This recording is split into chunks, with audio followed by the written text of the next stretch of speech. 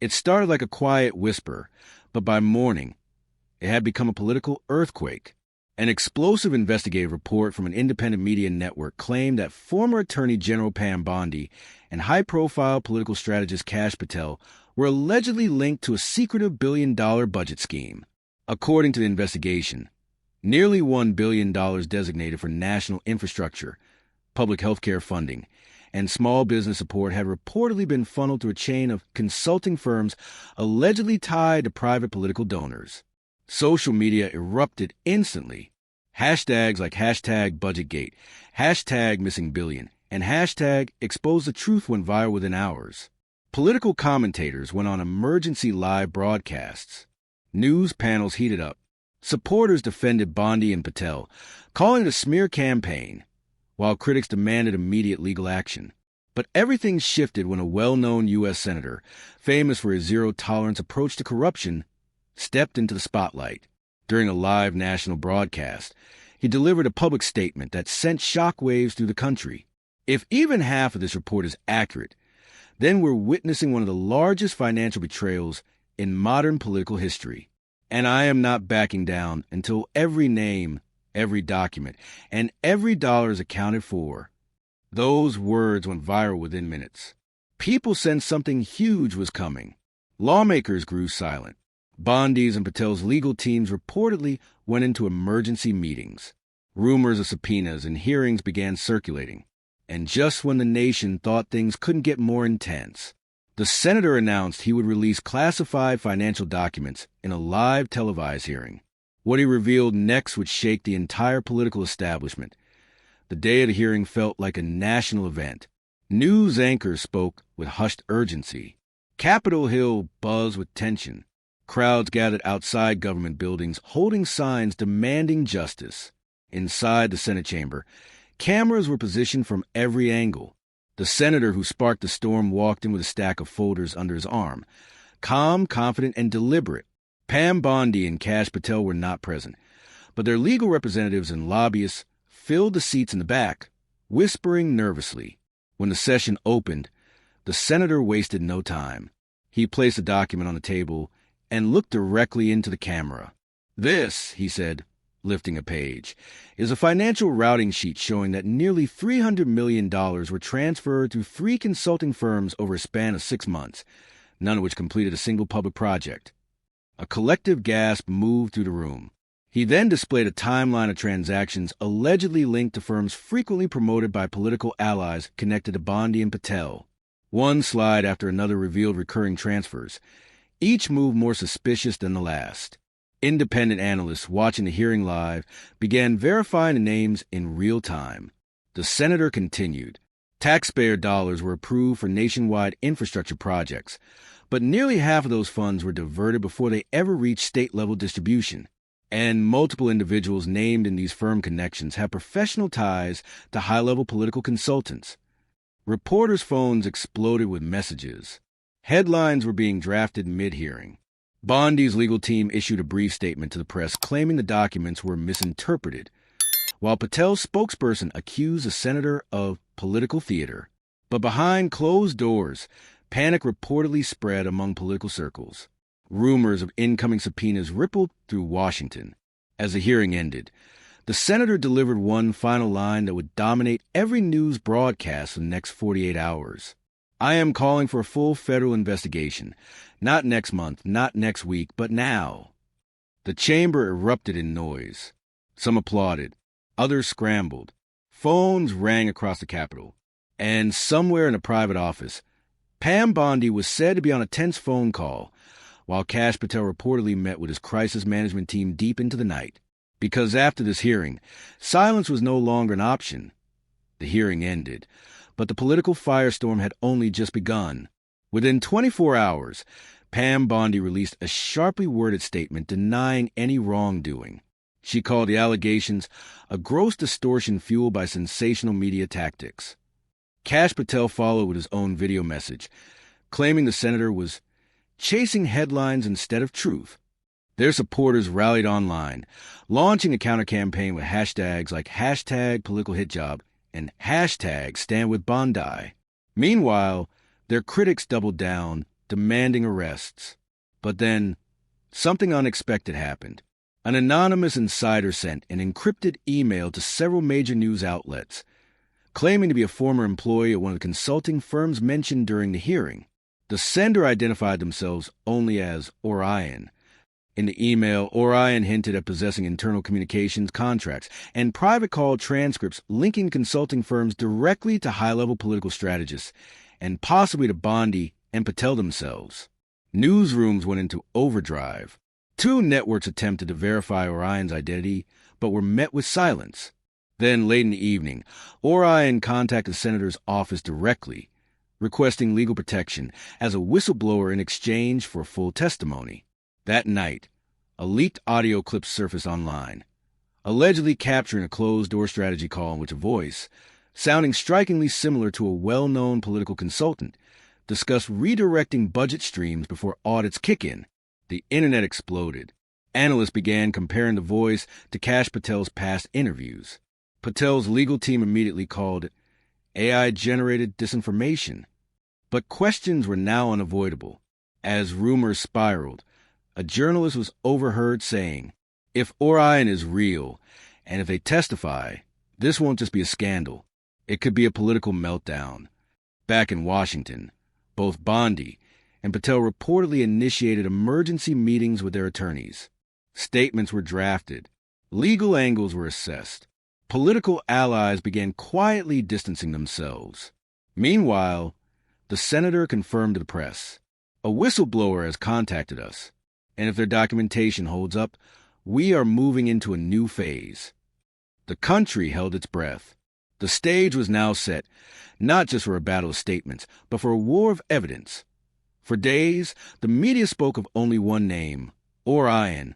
Politicians feared it. Journalists chased it. Legal teams prepared for it. Then, in a confidential meeting hosted under federal protection, Orion finally revealed their identity. Orion was not a low-level employee. They were a former senior financial compliance officer at one of the consulting firms directly listed in the senator's report. Their testimony immediately shifted the gravity of the scandal. According to Orion, the firm had allegedly created a network of middle-layer shell companies designed to redirect tax-funded contracts into private consulting retainers tied to political influencers. They claimed it wasn't sloppy corruption. It was engineered. Every move was strategic. Every transfer had a shield. During questioning, Orion presented the first batch of documents, internal emails referencing approval directives, priority routing, and political assurance. Some of these emails allegedly include initials that matched well-known political figures, raising more questions than answers. One particular email stood out, a conversation between multiple executives about keeping high-profile sponsors calm and ensuring that key budget overseers remain cooperative. Investigators noted that the timeline of the email coincided closely with past public appearances by Bondi and Patel supporting certain budget expansions. Within hours of Orion's confidential deposition, major outlets confirmed that subpoenas were being drafted for several individuals connected to the scandal. But the real shock came later that evening. A major news channel obtained emergency clearance to air an exclusive audio snippet from Orion's evidence collection. In it, a familiar voice allegedly said, "Once the funds are secured, we'll pass the breakdown to the advisory team. The strategists know how to communicate the narrative." Though the audio wasn't officially verified, social media went wild, claiming the voice sounded eerily similar to Kash Patel's. His legal team immediately denounced the clip, calling it edited propaganda. Pam Bondi, spokesperson, released a brief statement insisting she had zero involvement in any budget redirection. However, the pressure was rising. Public trust was plummeting. Talk of criminal conspiracy began circulating on major news networks. Meanwhile, the senator issued a calm but chilling message to the nation. This is entering a legal phase where truth will be separated from narrative. Evidence will decide the path forward, nothing else. As the country braced for the next development, one question echoed everywhere. If Orion was telling the truth, who else was involved? The political world was already shaking, but Part 5 of the scandal would feel like an aftershock no one expected. Just days after Orion's testimony, whispers emerged that federal investigators had begun quietly interviewing past associates of both the consulting firms and political strategists connected to the case. Then, a breaking announcement stunned every newsroom in the country. One of Kash Patel's former advisory partners had agreed to cooperate with investigators in exchange for partial legal immunity. His identity: Ethan Rowe, a mid-level strategist who once worked alongside Patel during a major political campaign. Though Rowe was not a household name, insiders claimed he had direct access to finance briefings and donor strategy sessions during the time the alleged $1 billion budget diversions took place. In a bombshell initial statement to officials, Rowe allegedly admitted, "I didn't know everything, but I knew enough to realize something was being pushed through faster than usual. There were instructions to keep questions light and make sure oversight stayed friendly." That one phrase, "make sure oversight stayed friendly," spread like wildfire. Within hours, the senator was asked whether he believed this meant there were individuals inside the government actively shielding the budget transfers. His response was measured but powerful. Protective oversight is not oversight. If evidence confirms intentional shielding, then those responsible must face full accountability. Behind the scenes, Bondi's and Patel's legal teams made urgent moves. According to political insiders, heated discussions erupted within their circles over who should go public, who should remain silent, and who might become the next defector. Meanwhile, anonymous leaks hinted that Rowe provided investigators with meeting schedules, travel logs, and encrypted message timestamps that aligned disturbingly well with budget transfer dates. Suddenly, neither side could trust their inner circles. Pam Bondi reportedly held an emergency strategy session in a private location, while Kash Patel was seen entering a law firm late at night, flanked by multiple attorneys. Political analysts began openly speculating that more insiders might flip, especially if faced with legal consequences.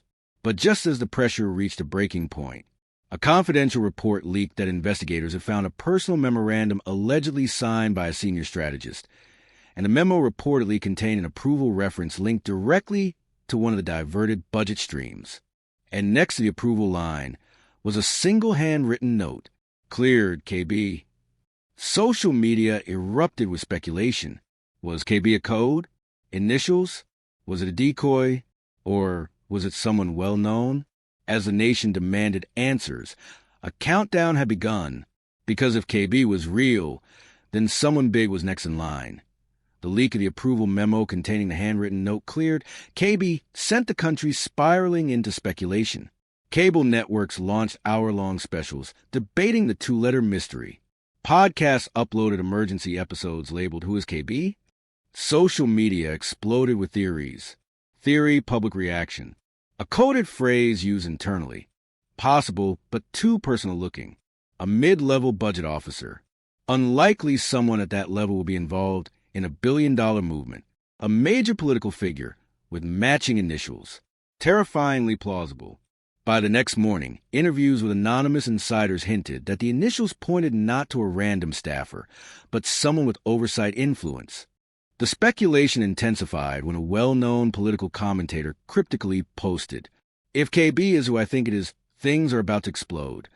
Meanwhile, the senator called for a formal government briefing, signaling that investigators had moved past the initial documentation phase and were transitioning to targeted action.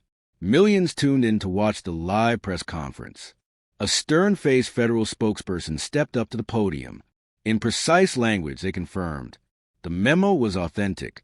The initials belonged to a high-ranking individual, now officially under federal review. Subpoenas were being issued immediately, but the spokesperson refused to disclose the full name publicly, at least not yet. As the tension built, a reporter shouted from the front row, "Can you confirm if KB refers to a known political figure?" The spokesperson paused before delivering a chilling statement. "What I can say is this. The individual associated with those initials has had extensive public influence on budget oversight discussions in recent years." Gasps rippled through the press room. That single sentence set off a media firestorm. Within minutes, clips of public budget hearings were being replayed, specifically highlighting political figures whose initials match KB. Commentators began connecting dots. Political blogs released speculative lists.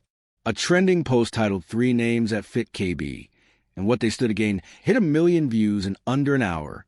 Meanwhile, anonymous sources claim that both Pam Bondi and Kash Patel had been privately notified that someone close to them was under formal investigation. Behind the scenes, pressure escalated. Bonds of loyalty were tested. Careers hung in the balance. Late in the evening, a major news outlet reported that the senator would soon address the nation again, with new evidence and possibly a direct reference to the identity behind KB. The stage was set. The country wasn't just watching now. It was waiting for a name, by the time the senator announced his next address. The nation was locked in anticipation. Some feared what was coming. Others demanded it. Cafes, offices, airports, and even small-town diners tuned into news channels. Online streams hit record-breaking numbers. Comment sections flooded with one question: who is KB? When the senator walked up to the podium, the atmosphere felt like the calm before a storm. He began his speech with a composed but firm tone. Over the past weeks, we have witnessed serious allegations regarding federal budget allocation. What began as an investigative report has now evolved into a matter with considerable legal implications. He reiterated that multiple consulting firms were under review, over $1 billion in redirected funds were being traced, and testimonies, including Orion's and Ethan Rose, were now formally part of federal inquiry. Then he paused. A silence fell over the room. Earlier this week, he continued, a document was discovered with a handwritten note reading, "Cleared, KB, our investigation has confirmed that these initials correspond to a high-ranking political strategist who has participated in budget influence operations and oversight briefings during the financial window in question." Phones were already in people's hands mid-text, waiting for the final trigger. The senator took a breath. At this time, he said, the individual connected to those initials has been officially issued a federal summons for questioning. Their name is... A split-second delay, intentional or not, sent hearts racing nationwide. Kyle Brennan. Gasps echoed across the room. Reporters erupted in questions. Some shouted, was he coordinating with Patel? Is Bondi implicated in Brennan's decisions? Were their donor links confirmed? Kyle Brennan, a prominent political strategist known for navigating budget communications and appearing frequently alongside influential figures, including Patel, was now at the center of a storm. The senator didn't confirm Brennan's full involvement or guilt, only that evidence warranted federal questioning and further examination of his budget-related correspondence. But the implications were immediate. Brennan had previously appeared in recorded media next to Kash Patel in strategy sessions. He had praised Pam Bondi's fiscal messaging skills during a televised interview last year. He was rumored to have connections to several consulting firms now under scrutiny. Within minutes, Brennan's legal team issued a reaction, calling the move an outrageous overreach based on unverified leaks. Patel's camp remained silent. Bondi's spokesperson stated, Pam has never engaged in financial misconduct and has no connection to Brennan's private acting decisions. But denial wasn't enough to quell public suspicion. Suddenly, the scandal wasn't just about missing funds. It was about who approved them. And if Brennan had cleared the path, who had given the green light? Within hours of being named, Kyle Brennan became the most searched individual in the country. News outlets replayed footage of his public appearances, particularly those featuring him alongside Kash Patel, and supporting commentary that seemed disturbingly aligned with the time frame of the alleged budget diversions. Outside his residence, reporters gathered in droves. Brennan's legal team attempted to shield him, insisting there was no direct evidence linking him to budget manipulation. But the pressure only grew. As part of the federal summons, Brennan was required to provide digital correspondence records. Rumors quickly spread that investigators were scrutinizing encrypted communication channels allegedly used during the budget approval phase. Meanwhile, political insiders began speaking off record. One prominent figure, whose identity remained protected, said, Brennan wasn't the mastermind. He was a conduit. Someone higher had the authority to set everything into motion. That statement ignited a new wave of speculation. If Kyle Brennan was the one who stamped approval, then who had authorized him to give that clearance? Later that night, a well-respected journalist hinted at something massive on a live broadcast. we may soon see evidence that commands didn't stop with Brennan. They may have started above him. As tensions escalated, a mysterious late-night leak dropped into the inboxes of multiple investigative journalists. The files included white-heavy checkmark a partial email thread referencing a top-level strategy meeting involving Brennan, white-heavy checkmark a directive discussing final green light approval for budget rerouting, white-heavy checkmark a cryptic line reading. Once Brennan signs, the senior backer will push the narrative. The shocking part?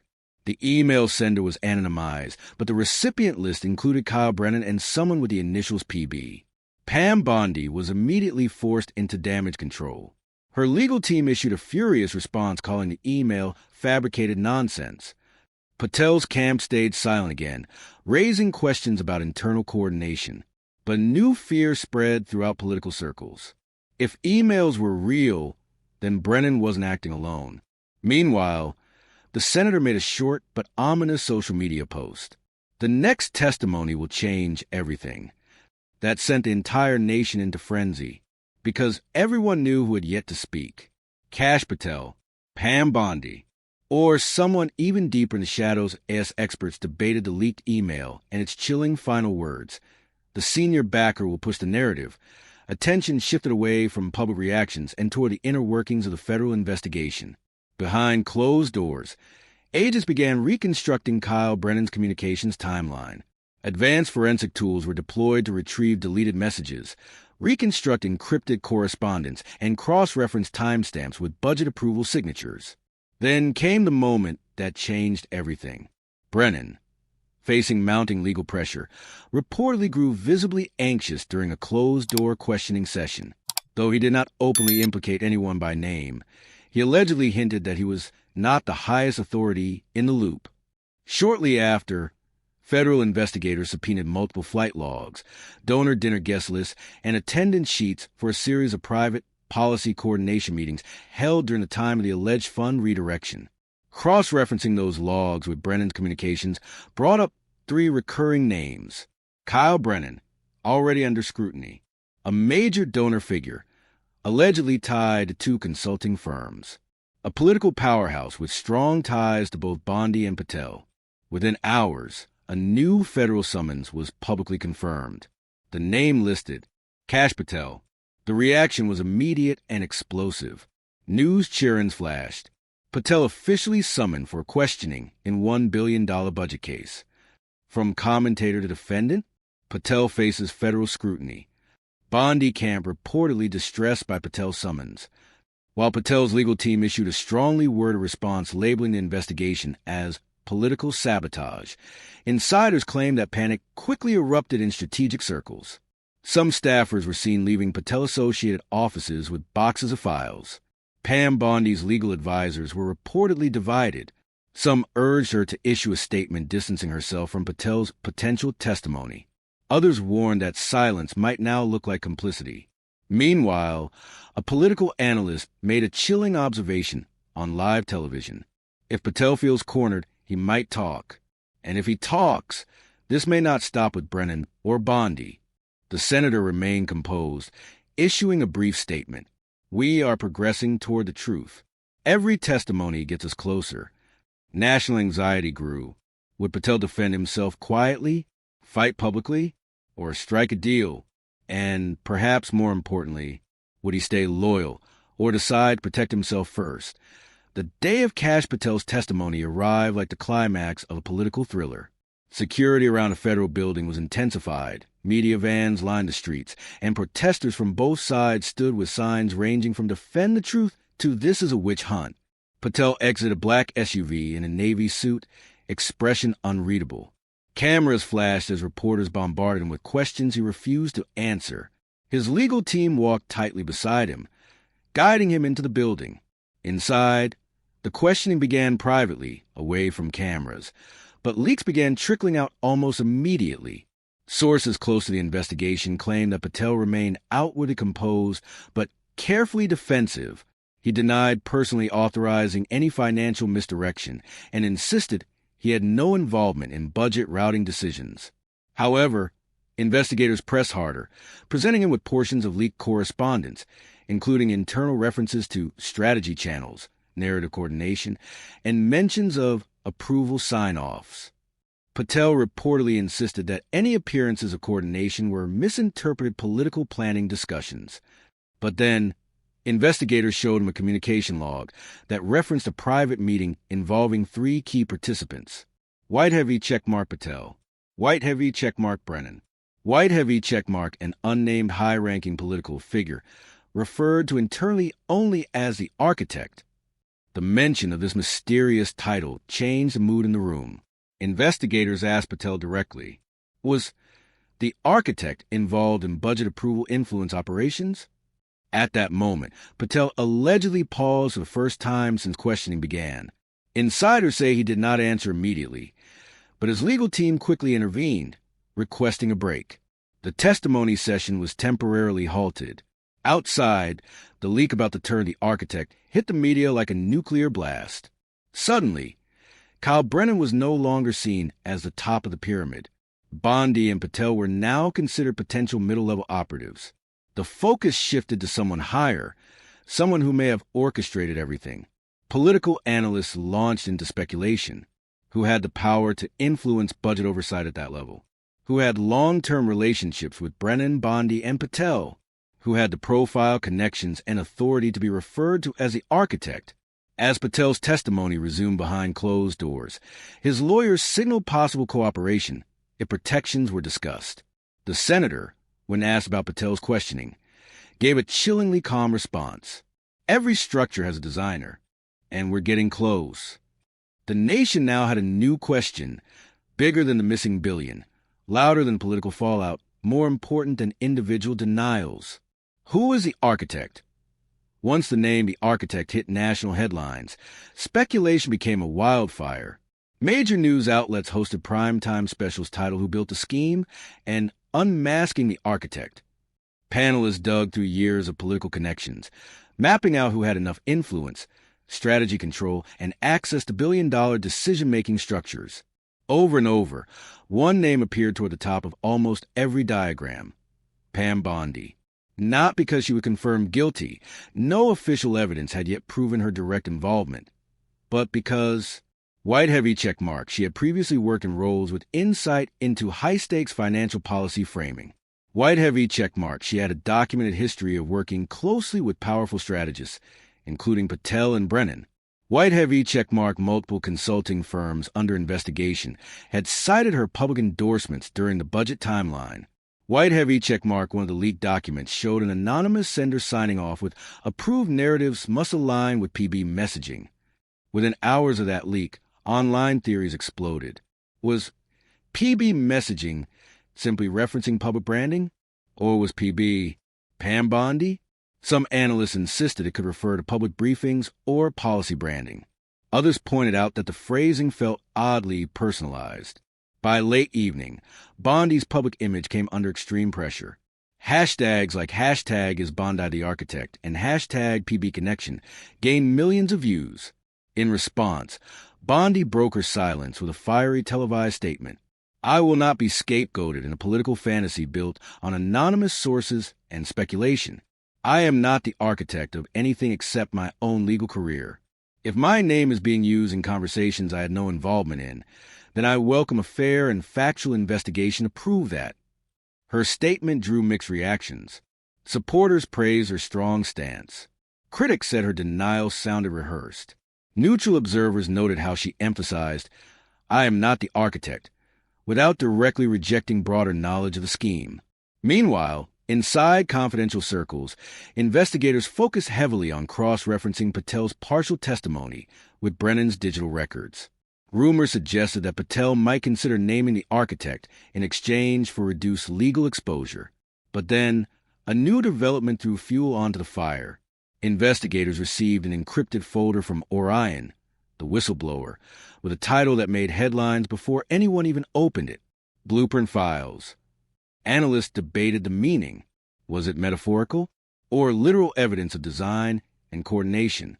One journalist tweeted ominously, if these files confirm a hierarchy, then tomorrow's news cycle may not end careers. it may ignite indictments.